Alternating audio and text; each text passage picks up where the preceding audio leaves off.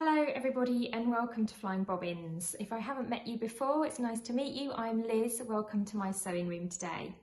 It's a gorgeous, sunny but frosty November day and I'm feeling quite festive and I'm going to show you how to make a gingerbread apron. I've got a child's version and an adult's version. I'm going to be using the Flying Bobbins sewing kits and there they are. So let's open up and find out what's inside.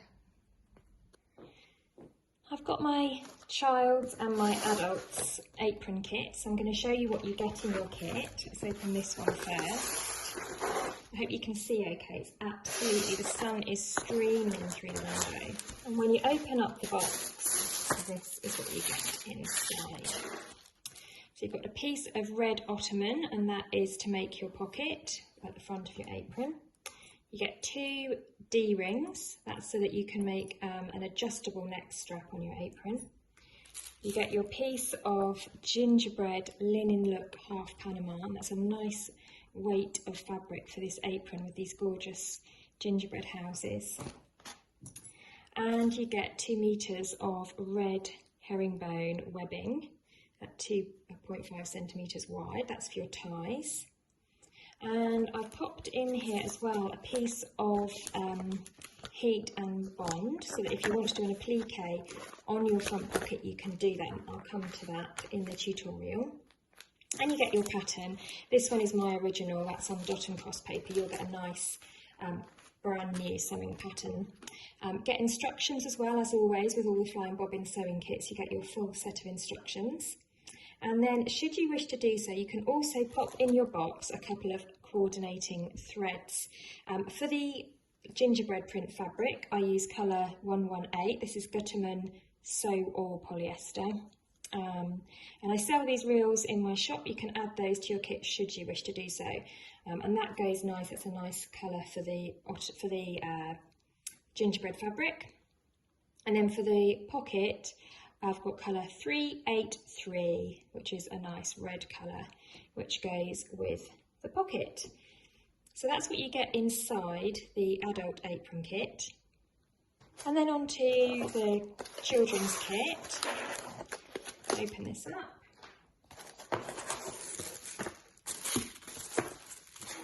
So in here, very similar to the adult kit, you get your slightly smaller piece of gingerbread linen look half Panama.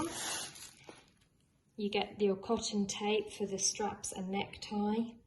Now, rather than D-rings on the children's one, we're going to use Velcro, and this is a safety feature, meaning that if the tape is around a child's neck and the apron is pulled, it will come undone. And I'm getting red Velcro in stock, so hopefully you will get red Velcro, which matches the tape in your kit.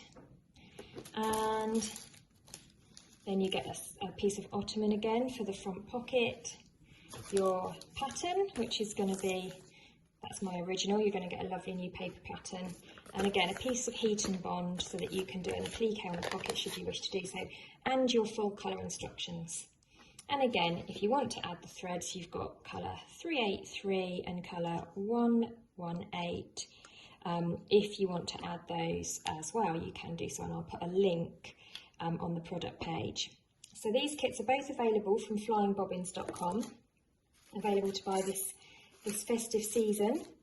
And I'm going to show you now, talk you through exactly how we're going to make either of these. It's a nice easy project, great for beginners, and great actually if you want to make something with your little one as well. Now you're going to need some basic sewing kit ready to make these projects, these aprons. So you're going to need your fabric scissors, some thread snips, some pins and or wonder clips, whichever you rather use. I find the wonder clips are really useful. If you haven't got them already, then they are a brilliant tool to have. And never be too far away from your unpicker, because you just never know when that's going to be needed. You're also going to want to have your sewing machine set up. Just a universal needle for this project is fine. And have your ironing board at the ready, and your iron, because we're going to do quite a bit of pressing with this project as well. So I shall leave you to get all your necessary tools set up for your sewing station, and we shall get cutting out as our first step. The first stage of our make is to cut out. So I've got my piece of fabric here. Whoops. Now, this is the wrong side of the fabric without the print on it. This is the right side of the fabric. And you are going to fold the fabric together. And what you want to do is fold it lengthways. And you want to match up the edges, so you are folding it in half, like so. There you go. Hopefully that's nice and clear for you to see. So I've got my fold here. And there's my edge there. Those edges are matching up together. So I have literally folded my piece of fabric in half. And if you're new to sewing, and even if you're new to dressmaking as well, most things that we make are symmetrical. And so therefore most pattern pieces that we cut, front and back panels, quite often we do what's called cutting on the fold. And that's what we're going to do with this one today. Let me just turn that over that way. There you go, so you've got your fold there and your edge there. Now here's my pattern piece, and what we then do is we place the pattern piece on the fold like this. So you'll notice that your pattern piece looks like half an apron, and that's because we're going to put it on the fold. We're not going to cut along here, we're going to cut along here, around, down and around, and then when we open that up like a butterfly, you'll have your two sides open and you'll have your entire apron panel. So if you're a bit new to sewing, I thought I'd explain that for you, because you'll see cut on fold quite a lot, and that is what it means. Now the other thing that you need to think about is this fabric has a direction. Here's the top of the fabric, the roofs of the house is up here, and this is obviously the bottom. Just double check that you have got your apron panel the right way round. This is the top here, and this is the hem. It's pretty obvious, but sometimes when we're engrossed in what we're doing, we can accidentally cut things upside down. So you just want to make sure that you've got this edge on the fold there, and that you're the right way up, so that when you're wearing your apron, your houses are the right way up. I've given you more fabric than you need, if you can see how that pattern piece looks there. You've got an extra piece of fabric at the bottom. And that's just so that we can use this extra bit to create a nice applique for the pocket, which will look really pretty. And you have a choice of little houses to cut out. And I have given you enough actually that if you choose to do so, you could make the pocket entirely out of the gingerbread fabric if you want. It's up to you. I'm going to make mine with the red pocket and a little applique of a gingerbread house on the front. Because I think that will look quite effective. But if you wanted to do so, you know, it's your apron, your choice. That's the joy of sewing, you know, you can make it your own. So if you want to, you can use that piece of fabric for the pocket. So I've laid my pattern piece down. I know that I'm nice and straight on the straight grain because I'm matching that up to the fold. I'm just going to take some pins, pin all the way around the edge of the pattern, and then I'm going to cut all the way around the edge there. Okay, so that's the adult one. Fold out of the way, because actually I have already done that. So in a minute I'm going to say those famous words, here's one I made earlier, and I'm going to show you the children's one as well. It's exactly the same. So you get a slightly smaller piece of fabric, fold in half, matching edges, and then you just want to pop the fold and the edge there. It's exactly the same, it's just on a smaller scale. So this one I am actually going to cut out because I haven't made a children's one. So I'm just going to put in a few pins, and then I can show you how I cut out. And again, I'm coming fairly close up to the top there, and that will give me a nice big piece of fabric at the bottom to play around with. It is so hot, well actually it's freezing cold today outside when you go outside, but with the sun shining on me, I honestly feel like I'm absolutely in a greenhouse here. It's lovely.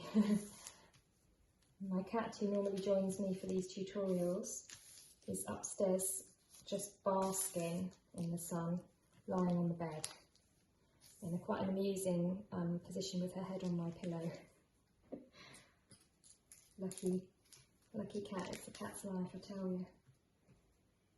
I'll just put another pin in there. Right, so put pins all the way around the edge now. Let's see that you can see that. Yeah. And I'm just going to get me fabric scissors. A nice small piece to cut out. So I'm just, with my blades there, resting so I'm nice and stable. I'm just going to cut out around the edge. And throughout the curve there. Oh, that's the best sound in the world. Keep all of my scraps. Scraps are good for testing your stitches. They're also good for, you know, making that applique if you're going to do it on your pocket. So this pattern includes the seam allowance. You don't need to add anything, you're just going to cut around the edge of some piece like that. And I shall keep that bit for my applique. So there is my pattern piece cut out. And then I unpin that.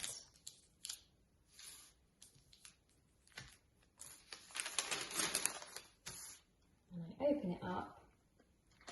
There we have my children's apron pattern piece all ready to go.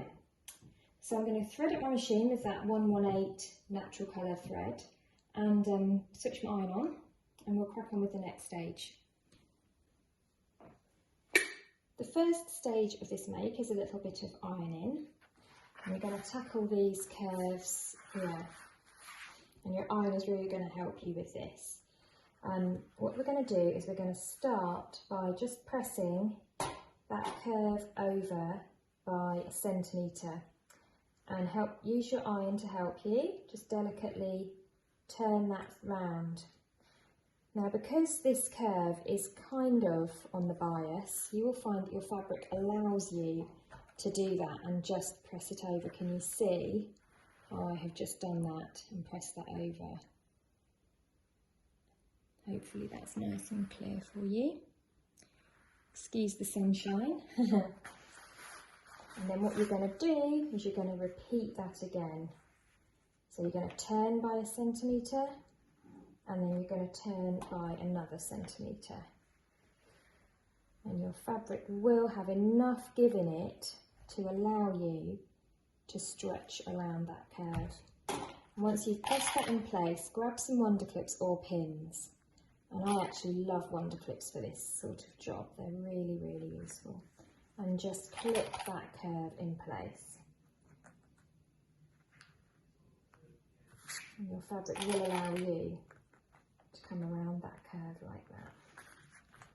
So you're going to end up with it like that. And what the next step we're going to do is we're going to stitch just on the edge around there, and that's that edge nice and neatly finished, so you can see how lovely and neat it will look from the right side once that's all stitched down. So I'm just going to repeat the same process on the other side, on this curve here, and then we're going to hop over to the machine and just sew those down. Machine all threaded up and ready to go. And I'm going to pop my work under my machine. I'm looking at the wrong side of my apron, and the reason for that is so that I can just see where the edge of that fold is. So I'm just going to sew right on the edge. And I think what I turned over was slightly under 1 centimetre, or a scant centimetre. I'm just going to hand wind the needle in there to begin with, just to check that I'm on the edge, and I can see that I am. I'm going to have my stitch length set to 2.5. And I'm just going to do a couple of stitches forward and a couple back to lock the stitches in.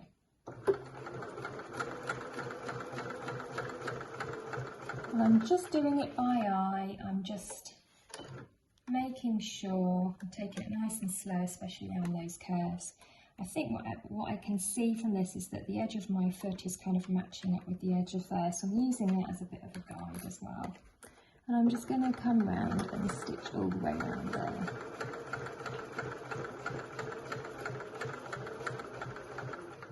If you're not very experienced at sewing around these curves, just reduce your stitch length slightly. Smaller stitches are easier on curves because each stitch jumps forward by a lesser amount. Then it's kind of easier. Bigger stitches sew faster, they pull the fabric through faster. So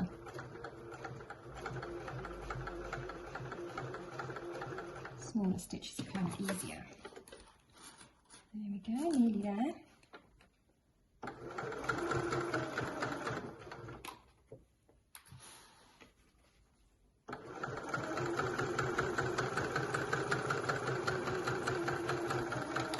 And back stitch to finish, and that's that side done. And I'm just going to repeat exactly the same process on the other side. So hopefully you can see. And on the other side, that stitch line is just on the edge there.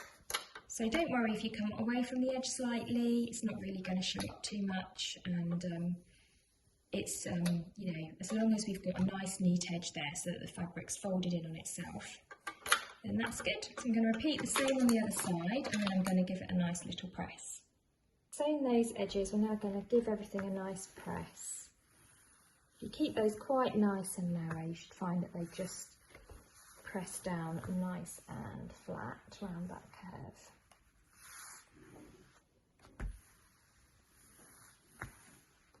curve. Okay, so we're now, let's switch that down. We're now going to attach our waist ties. So take some of the cotton webbing tape and you're going to measure out 55 centimetres, and you're going to do that on both sides. We need to cut two 55 centimetre pieces, 55 there, careful not to cut through your tape measure. And that one I am just going to put on the right side, and with these raw edges matching here, and I'm just going to position that just below where I've done my fabric turning. I'm just going to pop a clip there. That's that side done. Same again on the other side. Measure out another 55 centimetres. Cut that off. And I'm just going to pin that to the other side. So right sides together, looking at the right side of the apron here, and pop a clip on there. And I'm just, the top edge of that webbing tape is just below where I folded over. So now those are in place, I'm going to just pop them under the machine and stitch them in place. I can keep the same sort of neutral colour thread underneath there. So I'm just going to sew down those just to secure them in place. So looking at the right side of the fabric, take that wonder clip out of the way, pop that under my machine, and what I'll do is I'll match up the edge of the suppressor foot with the edge of my fabric, and a couple of forward, a couple of back stitches, all the way to the end, a couple of back stitches, and those are locked in place. That's that side just sewn on. There you go, and I'm going to repeat that with the same on the other side. There's my apron with my webbing attached. I'm now going to come over to my ironing board, flip that over to the wrong side, have that sitting flat underneath, and then I'm going to press in by a centimetre and then another centimetre along this edge here. So let's start here. Switch the iron on. And I'm just going to press that there. And you'll see that I'm keeping the tape sort of folding, curving around there with that fold. Then I'm going to come in and do the same again, pressing a second time. So it's a centimetre, then a centimetre. And I want that to just tuck in there. And this time I can just bring that out this way. Out of the way, tuck those little threads in. There you go. So you're simply just going around the edge of the apron and pressing, fold and press each time. And you can just put some wonder clips again to hold that fold. So it's just 1 centimetre and then another centimetre. And in doing so, you're tucking in the raw edge on that webbing tape. So it's all nice and neat. A couple more wonder clips.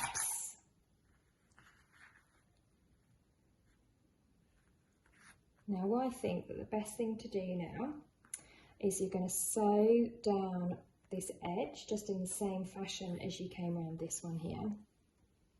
And then you're going to sew a secondary line just along here, and that will hold the webbing tape in the correct place to the outside. If you had it like this and you sort of sew down here, then when you put the apron on, you're going to have this funny sort of bit here. So you kind of want the webbing tape to be folded back on itself. So you're going to sew over the fold and over the webbing tape, and then you're going to do another little bit here just to hold that webbing tape to the outside edge of the apron. And you're going to do exactly the same. So you can put a clip on there to hold it. You're going to do exactly the same on both sides, and that's the same step for the adult's apron as well. Okay, ready to sew. Popping him under there. Take off that first clip, but this fabric presses very nicely and it holds itself in place, so it makes this project nice and easy to manage. Switch my machine off, I don't know why I did that. Right, needle down into my work, reset my stitch length to 2.5 again, because when I switch it off it goes back, and a few stitches forward and a few back, and I am just going to go along that edge again. And I don't know if you can tell, I've actually had to open the window in front of me, open the patio door. I don't know if you can hear any sounds of nature, but it is such a sunny day today that despite the fact it's frosty, I was actually beginning to melt. Oh, there goes the siren. That's not a sound of nature.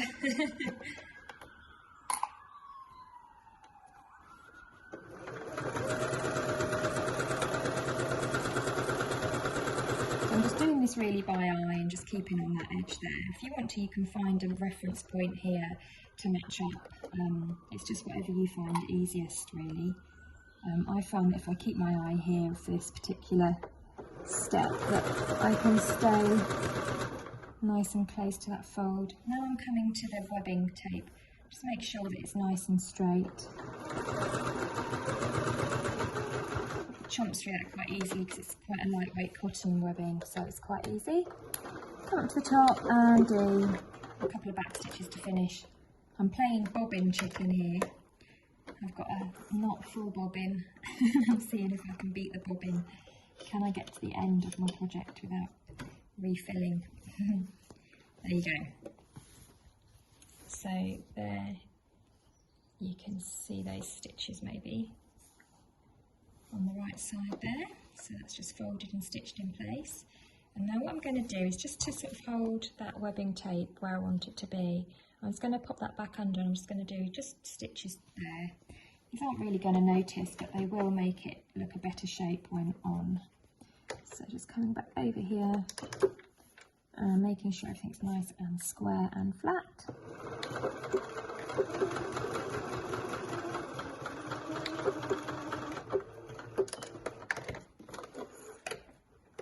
So just at the area